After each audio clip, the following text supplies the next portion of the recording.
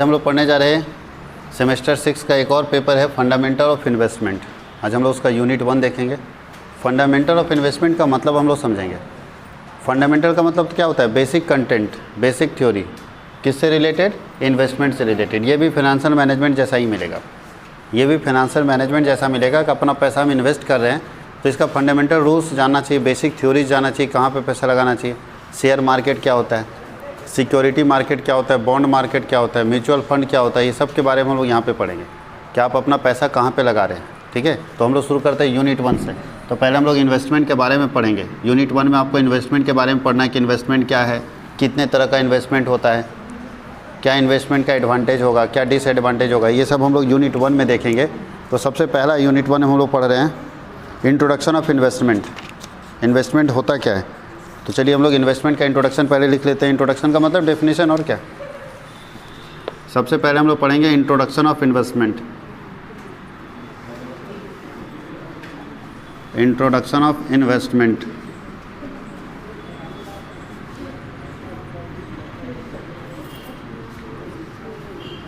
विनियोग का परिचय। इन्वेस्टमेंट होता क्या है बताइए? इन्वेस्टमेंट हम लोग क्यों करते हैं?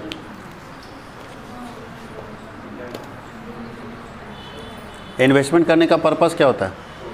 हम लोग चाहते हैं कि जो हमारे पास प्रेजेंट वैल्यू है, किसी भी प्रॉपर्टी का जो प्रेजेंट वैल्यू है, फ्यूचर में हमको अच्छा रिटर्न दे।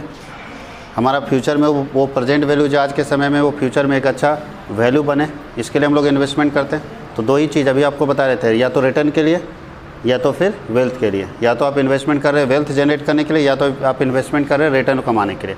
तो या तो रिटर्न कमाने के लिए या तो संपत्ति बनाने के लिए अगर आप अपना पैसा कहीं लगा रहे हैं, फिर से सुनिएगा, अगर प्रॉफिट कमाने के लिए या तो संपत्ति बनाने के लिए अगर आप अपना पैसा कहीं लगा रहे हैं तो वो क्या कहलाता है? इन्वेस्टमेंट कहलाता है। अब कोई व्यक्ति ज़मीन खरीद रहा है तो संपत्ति बन रहा है कि नहीं? तो संपत्ति बन रहा है, वहाँ भी जो पैसा लगा रहा है वो इन्वेस्टमेंट होगा। अगर वो बैंक में पैसा लगाता है तो वो भी इन्वेस्टमेंट होगा। तो कहीं भी अगर आप अपना पैसा लगा रहे हैं प्रॉफिट कमाने के लिए या प्रॉपर्टी बनाने के लिए तो वो क्या कहलाता है? इन्वेस्टमेंट कहलाता है। अब हम लोग इन्वेस्टमेंट का डिटेल देखते हैं इसका। तो डेफिनेशन फर्स्ट हम लोग लिख लेते हैं। इन्वेस्टमेंट के बारे में बोला है कि sacrifice of certain present value,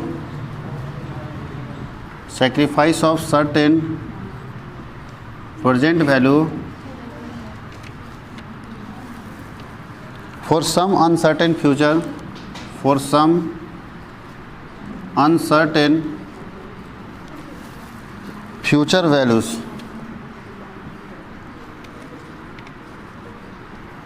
is known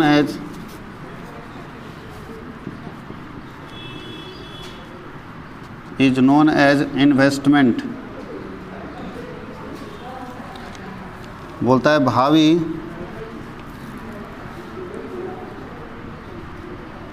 भावी अनिश्चित मूल्यों के लिए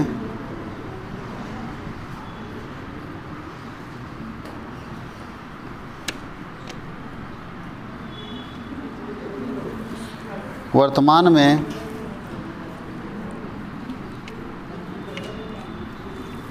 निश्चित मूल्यों का त्याग विनियोग कहलाता है।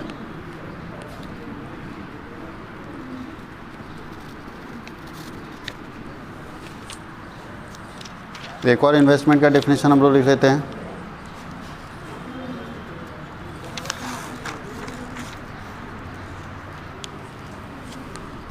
दूसरा डेफिनेशन क्या है? एक डेफिनेशन ये हो गया। दूसरा बोलता है purchase of financial asset,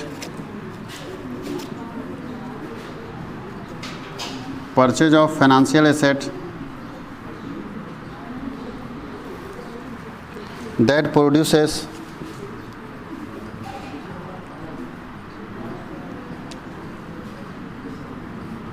yield. Yield का मतलब था इनकम। यील्ड का मतलब क्या होता है? Income. that is proportional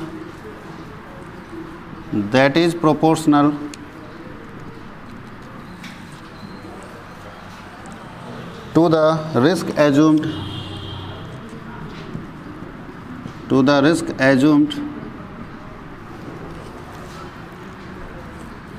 over some future investment period, over some future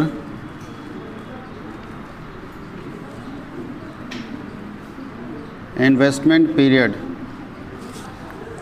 वित्तीय संपत्तियों का क्रय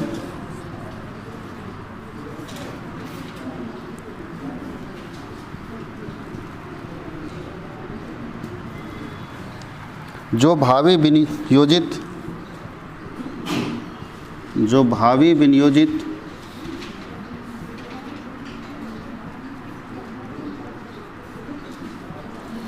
अवधि के लिए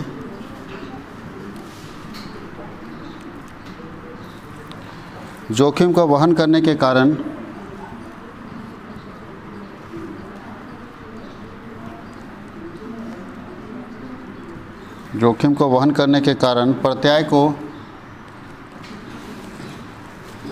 प्रत्यय को उत्पन्न करती है,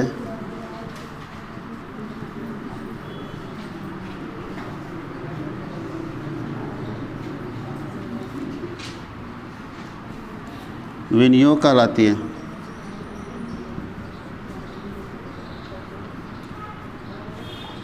देखिए इसको समझ लीजिए, फिर हम लोग आगे चलते। इन्वेस्टमेंट का कॉन्सेप्ट क्या बोलता है? सबसे पहले ध्यान दीजिए, बोलता है प्रेजेंट वैल्यू को सेक्रीफाइस कर रहे हैं, आज का मूल्य त्याग कर रहे हैं, छोड़ दे रहे हैं। किसके लिए छोड़ रहे हैं? फ्यूचर वैल्यू के लिए, कि फ्यूचर में हमको अच्छा पैसा मिले। इसलिए आज हम 50,000 रुपये छोड़ दिए बैंक को। आज हम 50,000 रुपये अपने पास जो था उसको बैंक को दे दिए, प्रेजेंट वैल्यू छोड़ दिए, त्याग कर दिए, इसलिए कि फ्यूचर में हमको अच्छा रिटर्न मिले। तो ये कहलाता है इन्वेस्टमेंट। बात समझ आई? कि प्रेजेंट में जो आप आज पैसा लगा, मान लो किसी के पास 10,000 रुपया है, वो चाहता तो उसको यूज़ करता भी रहता, अपने है ना, खर्च करता, आराम से खाता पीता मौज करता, लेकिन वो 10,000 रुपये कहीं छोड़ दिया, त्याग दिया। त्याग मतलब समझते हैं?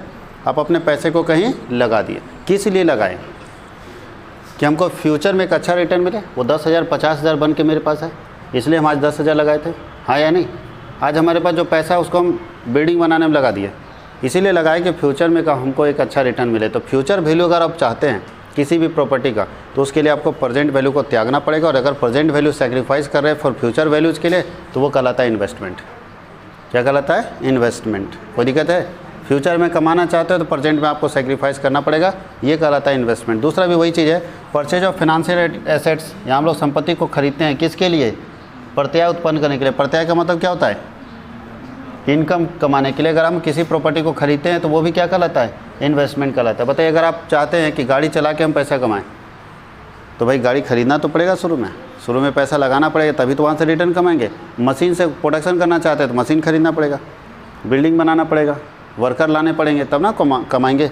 तो बोलता है कि प्रेजेंट में अगर परचेज कर रहे हैं कोई भी फाइनेंशियल एसेट, किसी भी तरह का प्रॉपर्टी, फ्यूचर रिटर्न के लिए कमाने के लिए, फ्यूचर प्रॉफिट कमाने के लिए, तो ये इन्वेस्टमेंट कहलाता है। कोई दिक्कत है? इसको लिख लीजिए, फिर हम लोग आगे देखते हैं। अब हम लोग देखते हैं फीचर्स ऑफ इन्वेस्टमेंट। क्या क्या फीचर्स है इन्वेस्टमेंट का?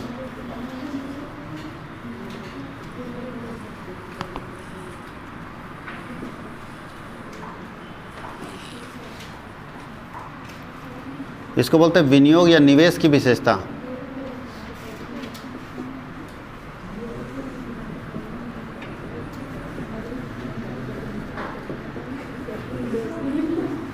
ध्यान दीजिए, आप इन्वेस्टमेंट करते हैं तो कुछ फीचर्स हैं उसको ध्यान देना होगा। क्या क्या फीचर्स है? पहला रिस्क,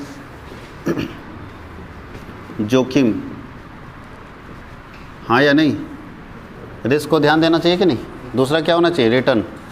नंबर 2 क्या है? रिटर्न, इसको भी ध्यान देंगे। प्रत्यय मतलब वापसी, कितना रिटर्न आपको मिलेगा। तीसरा हम लोग किसको फोकस करेंगे? लिक्विडिटी, सेफ्टी, सुरक्षा, ये सब बात ध्यान देते हुए तब पैसा लगाना चाहिए। चौथा लिक्विडिटी, तरलता, टैक्स बेनिफिट, ये भी बात ध्यान देते हैं।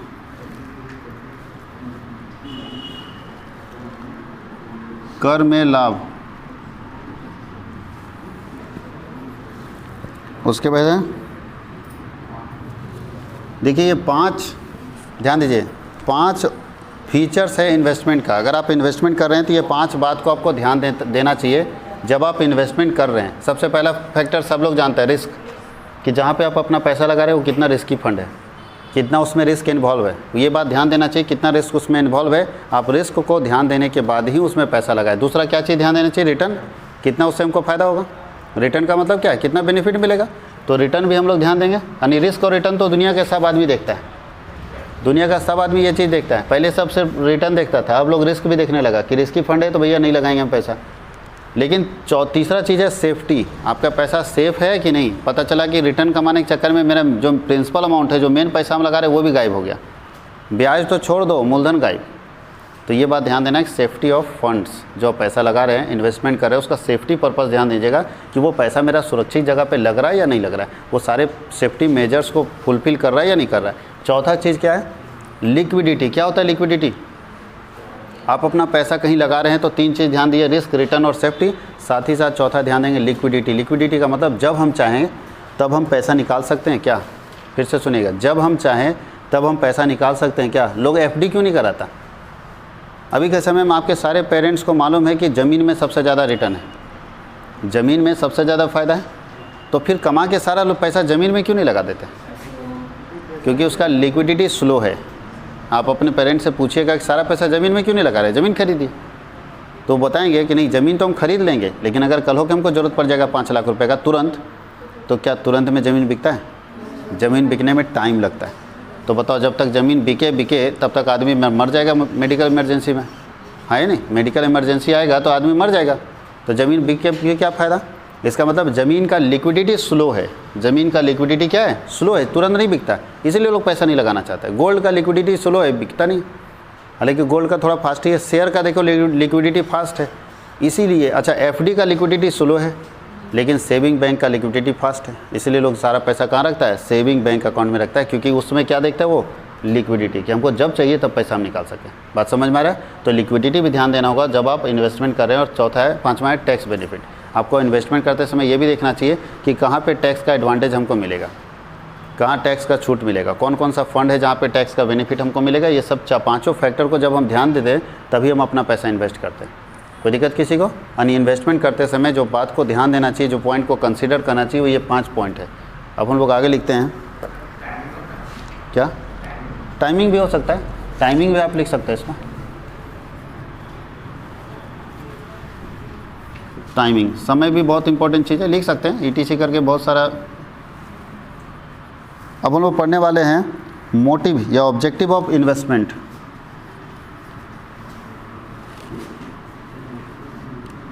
Objective of investment.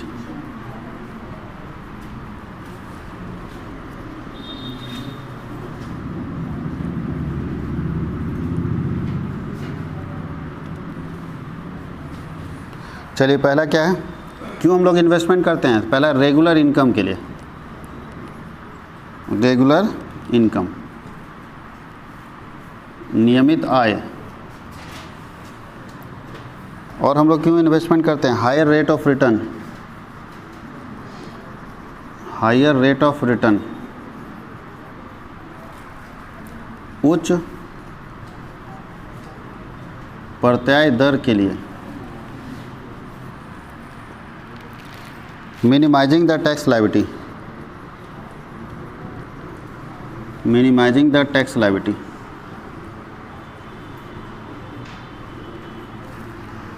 कर दायित्व को न्यूनतम करना।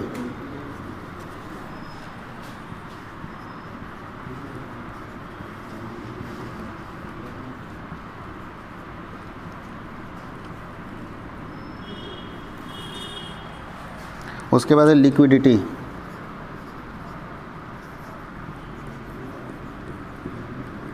तरलता, appreciation of capital, appreciation of capital,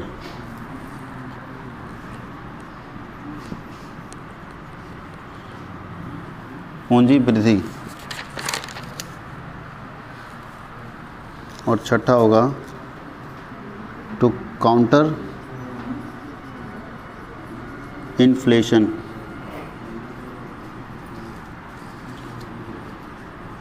मुद्रास्फीति का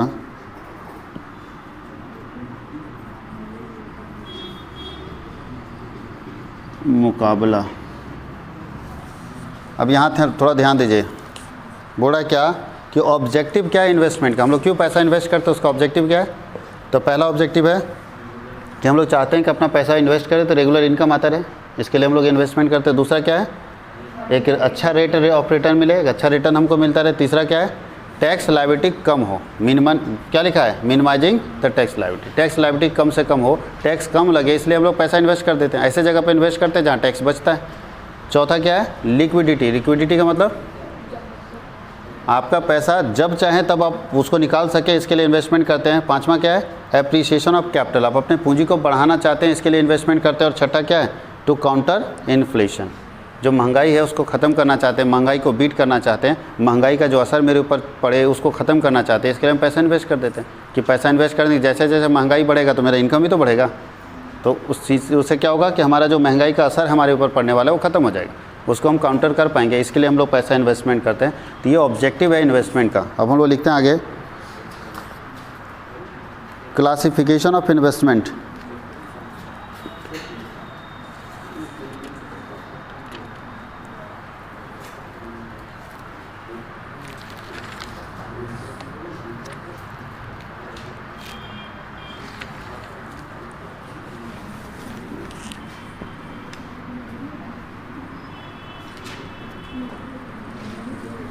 क्लासिफिकेशन ऑफ इन्वेस्टमेंट,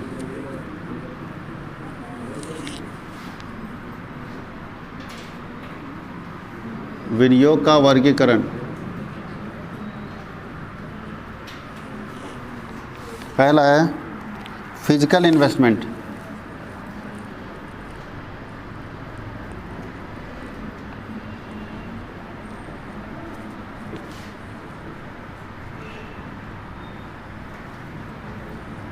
भौतिक विनियोग।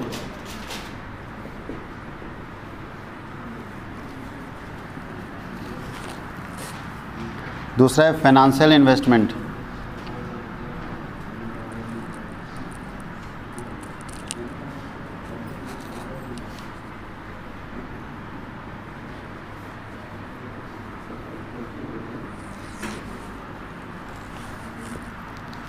तीसरा marketable investment,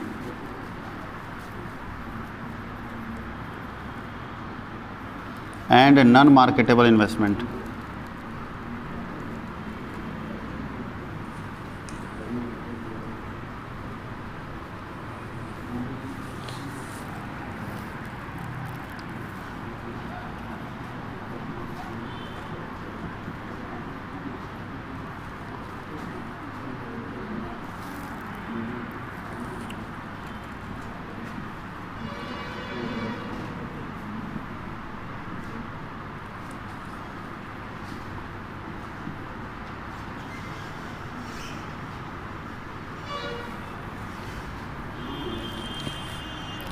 transferable and non transferable investment.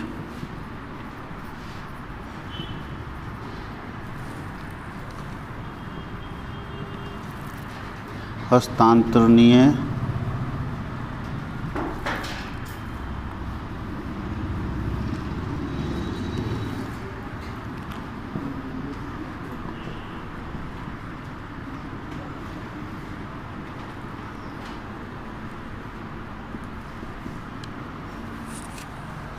ये टाइप्स ऑफ इन्वेस्टमेंट है। इसको देखिए कहाँ कहाँ पे क्लासिफिकेशन ऑफ इन्वेस्टमेंट है, कहाँ कहाँ पे कर सकते हैं। फिजिकल इन्वेस्टमेंट समझते हैं, जहाँ हम बिल्डिंग खरीदेंगे, मशीन खरीदेंगे, मतलब जो फिजिकली हमको दिखता है वहाँ पे पैसा लगाते हैं। जैसे बिल्डिंग बनाए, फिजिकल इन्वेस्टमेंट है। मशीन खरीदे, दिख रहा है ना आपको, फिजिकल इन्वेस्टमेंट है। लेकिन बताओ शेयर में पैसा लगाए, फिजिकल इन्वेस्टमेंट है, वो कौन सा है, फाइनेंशियल इन्वेस्टमेंट है।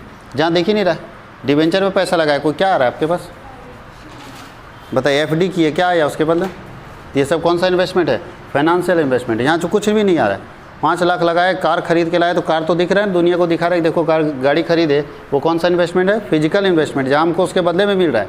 5 लाख का मशीन खरीदे तो मशीन आया, मशीन कौन सा इन्वेस्टमेंट है, फिजिकल इन्वेस्टमेंट है। लेकिन फाइनेंशियल इन्वेस्टमेंट जहाँ हम पैसा लगा रहे हैं कुछ भी नहीं आ रहा है। शेयर खरीदते हैं तो एक सर्टिफिकेट आ जाता है बस, तो क्या दिखाएगा, सर्टिफिकेट। अगर हम लोग बैंक में FD करते हैं तो सर्टिफिकेट है। ये सब कौन सा इन्वेस्टमेंट है, फाइनेंशियल इन्वेस्टमेंट है, जहाँ हमको कुछ भी उसके बदले में नहीं मिलता है। फिजिकल इन्वेस्टमेंट में हमको खरीदना पड़ता है कोई प्रॉपर्टी, ये मेरा फिजिकल इन्वेस्टमेंट है। अगर बोर्ड में हम पैसा लगाए तो मेरा फिजिकल इन्वेस्टमेंट है। लेकिन हमने एफडी करा रखा है तो वो कौन सा इन्वेस्टमेंट है? Financial investment. शेयर में पैसा लगा रखा है तो कौन सा इन्वेस्टमेंट है? Financial investment. मार्केटेबल और नॉन मार्केटेबल तो हम लोग मार्केटेबल देखते हैं। ऐसा इन्वेस्टमेंट जिसको बेच सकते हैं, ऐसा इन्वेस्टमेंट जिसको बेच सकते हैं वो मार्केटेबल इन्वेस्टमेंट है। जो नहीं बिकेगा उसको क्या बोलते हैं? Non marketable investment. जिसको बेचा जा सकता है वो मार्केटेबल इन्वेस्टमेंट है, जो नहीं बिकेगा उसको क्या बोलते हैं? Non marketable investment. तो हम लोग जो बात करते हो किसकी बात करते हैं? मार्केटेबल का, जिसको हम बेच सकते हैं। अच्छा, नॉन मार्केटेबल इन्वेस्टमेंट क्या होता है? अरे भाई, अपने हेल्थ के ऊपर खर्च किए, बेच सकते हो। आपने अपना हेल्थ इंश्योरेंस कराया, हेल्थ चेकअप कराया,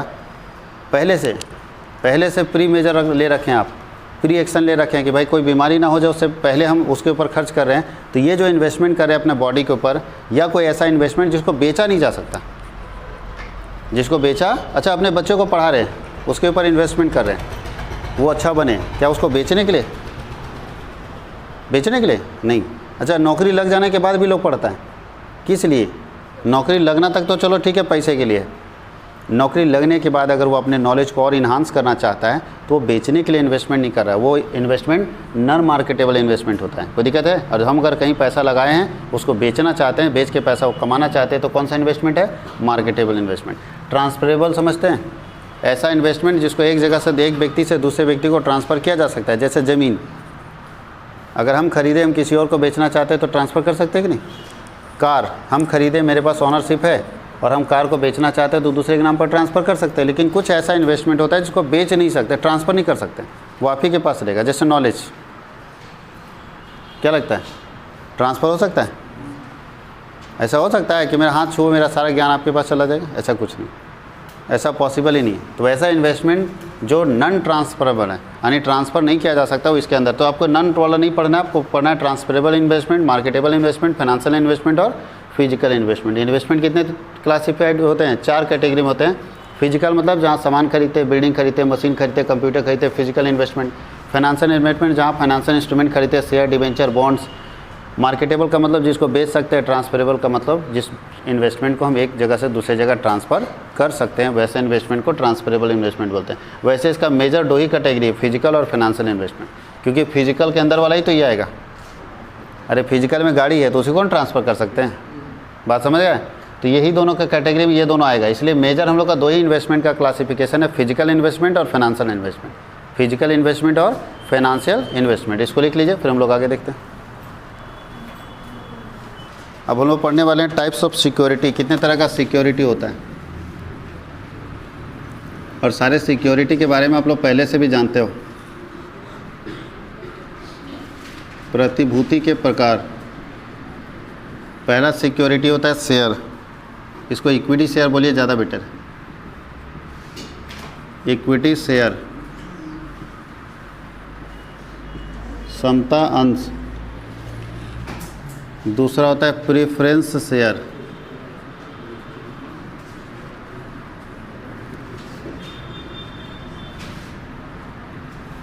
पूर्वाधिकार अंश।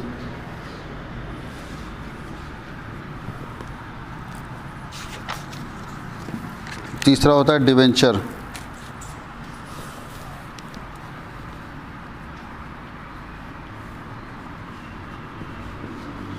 ऋण पत्र। चौथा था स्वेट इक्विटी शेयर।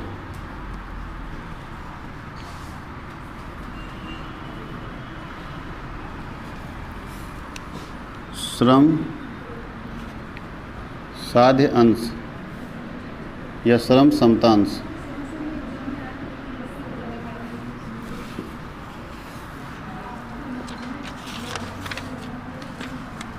पांचवा होता है बॉन्ड।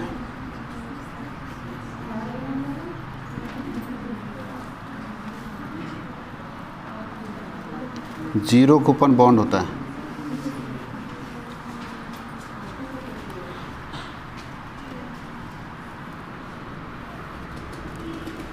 शून्य कूपन बॉन्ड और डीप डिस्काउंट बॉन्ड होता है।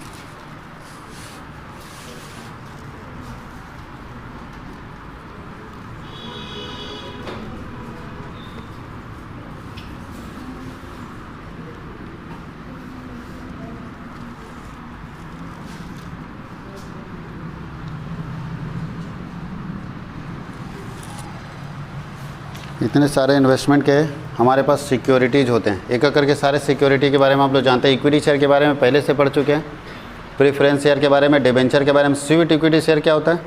स्वेट इक्विटी शेयर अपने एम्प्लॉय को देते हैं। जब कोई कंपनी अपने एम्प्लॉय को शेयर देती है, पहले एम्प्लॉय को ऑप्शन देती है कि तुम हमारे यहाँ शेयर खरीद सकते हो। ऐसा काम क्यों करती है कंपनी? कंपनी चाहती है कि एम्प्लॉय का डायरेक्ट अटैचमेंट हमारे कंपनी के साथ रहे, उसको लगे कंपनी अपनी है, इसमें हमारा भी पैसा लगा हुआ है, इसलिए वो अपने एम्प्लॉय को शेयर होल्डर बनाना चाहता है। तो अगर कोई कंपनी अपने एम्प्लॉय को शेयर होल्डर बनाना चाहता है, उसके बदले में जो इक्विटी शेयर इशू करता है उसका नाम है स्वेट इक्विटी शेयर। बॉन्ड जानते हैं, गवर्नमेंट इशू करती है पब्लिक से पैसा लाने के लिए। बॉन्ड दो तरह का होता है, जीरो कूपन बॉन्ड और deep discount bond. Zero coupon bond का मतलब ऐसा बॉन्ड जिसमें रेट ऑफ इंटरेस्ट नहीं लिखा रहेगा, लिखा ही नहीं रहेगा कितना परसेंट मिलेगा आपको। सोचो, किसी में लिखा रहता है ना 8% रिटर्न मिलेगा, इसमें लिखा ही नहीं रहेगा, इसलिए नाम है 0%। तो पैसे पता चलेगा कितना मिलेगा, तो जब आपको फाइनली मिलेगा ना, तब आपको समझ में आएगा कितना मिलेगा हमको। तो अगर आपको लगता है सरकार पर विश्वास है कि सरकार अच्छा रिटर्न देती है, तो आप लगा दो जीरो कूपन बॉन्ड में। और डीप डिस्काउंट बॉन्ड भी एक बॉन्ड का टाइप्स होता है। तो ये है सिक्योरिटी। अब इसके बारे में हम लोग आगे पढ़ेंगे, ऐसा नहीं कि यहीं पे पढ़ना है। इक्विटी शेयर क्या होता है ना, इसका फीचर्स क्या है, इक्विटी शेयर प्रेफरेंस शेयर में क्या डिफरेंस है, ये सब आपको पहले आगे भी पढ़ाया जाएगा, पहले से भी पता है। तो यहाँ हम लोग सिर्फ नाम लिख रहे थे कि कौन कौन से सिक्योरिटी के टाइप्स होते हैं, इसको लिख लीजिए।